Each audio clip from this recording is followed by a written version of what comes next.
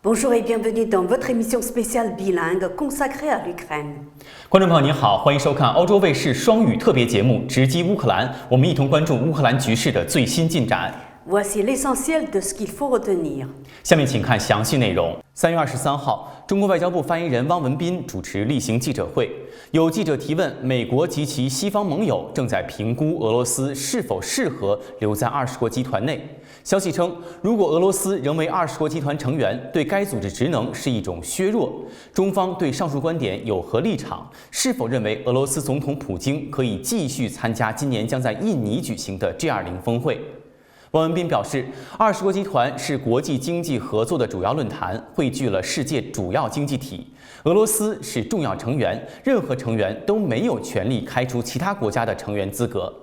汪文斌指出，当前全球抗疫正处于关键阶段，世界经济复苏势头疲弱，不稳定性、不确定性增多。在此背景下，20国集团在引领全球抗疫、完善全球经济治理、推动世界经济稳定复苏等方面负有重要责任。20国集团应践行真正的多边主义，加强团结合作，携手应对经济、金融、可持续发展等领域的突出挑战，为实现强劲、绿色、健康的全球发展做出积极贡献。中方支持印尼主席国围绕共同复苏、强劲复苏的主题，按照既定议程推进20国集团各领域合作。Après le Parlement italien mardi, c'est au tour de l'Assemblée nationale et du Sénat français de se réunir exceptionnellement et simultanément le 23 mars à 15 heures, malgré la fin de la session parlementaire, pour écouter un message en direct du président Zelensky. Et puis le président ukrainien est invité à s'adresser par visioconférence aux dirigeants des pays de l'OTAN qui se réunissent jeudi pour un sommet extraordinaire consacré à la guerre en Ukraine. Ce sera l'occasion pour les dirigeants des pays alliés d'entendre directement le président Zelensky parler de la situation catastrophique dans laquelle se trouve le peuple ukrainien en raison de l'agression de la Russie, a indiqué un responsable de l'OTAN. En déplacement à Bruxelles ce mercredi, Joe Biden aura l'occasion de coordonner la prochaine phase de l'aide militaire à l'Ukraine. Jan Sullivan, le conseiller à la sécurité nationale de la Maison-Blanche, a déclaré « Le président Biden va se joindre à nos partenaires européens pour imposer des sanctions supplémentaires contre la Russie et renforcer les sanctions existantes afin de s'assurer d'une application ferme. » Toujours selon le conseiller de la Maison-Blanche, le président américain prendra part à des réunions de l'OTAN, du G7 et avec plusieurs dirigeants européens. Il se rendra ensuite en Pologne, pays voisin de l'Ukraine, pour lui afficher son soutien. Les Occidentaux annonceront aussi des mesures conjointes destinées à renforcer la sécurité énergétique de l'Europe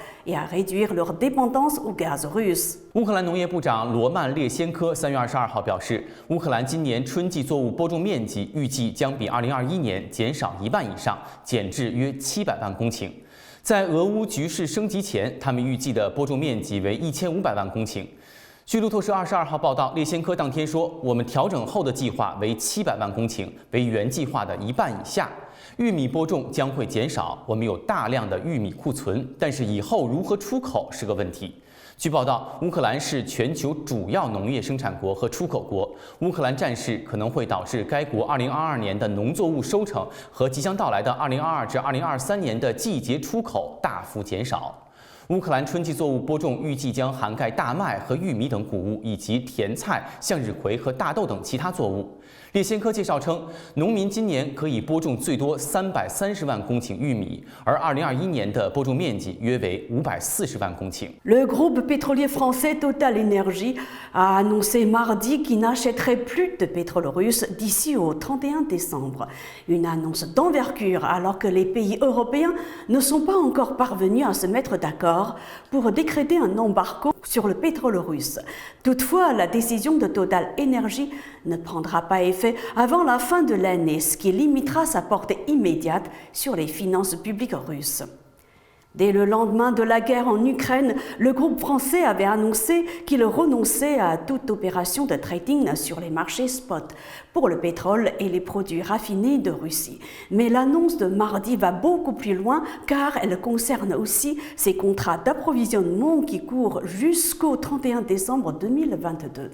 Il concerne notamment la raffinerie allemande de Total Energy à Lena qui est alimentée par l'oléoduc russe Drupa.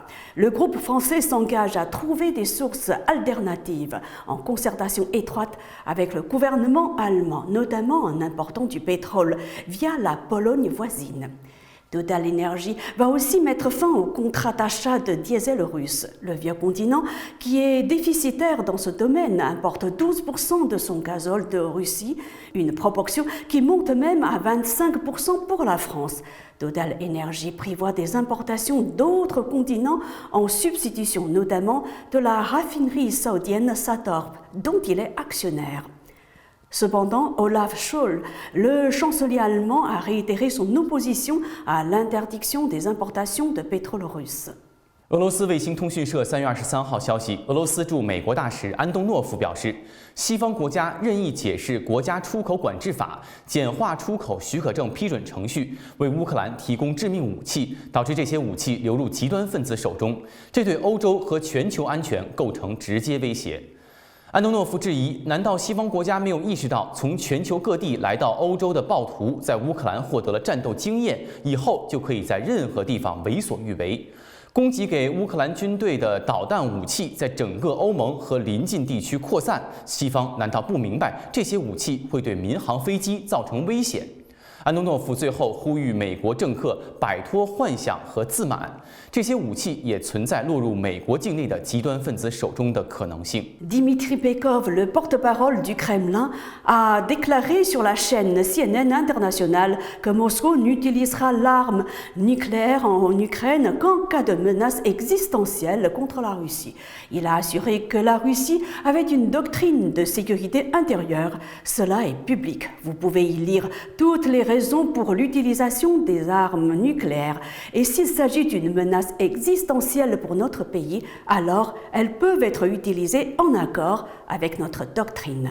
Il a également affirmé que les opérations au 27e jour de guerre se poursuivent de façon strictement conforme à ce qui était prévu.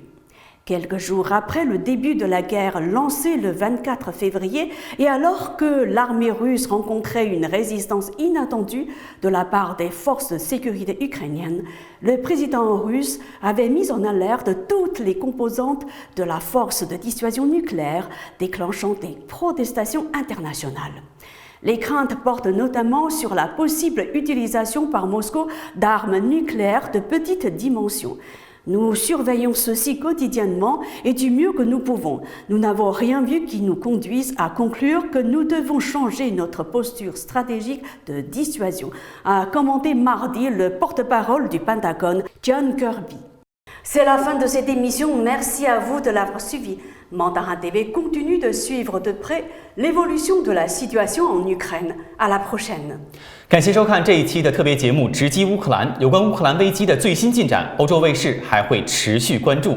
下期节目再见。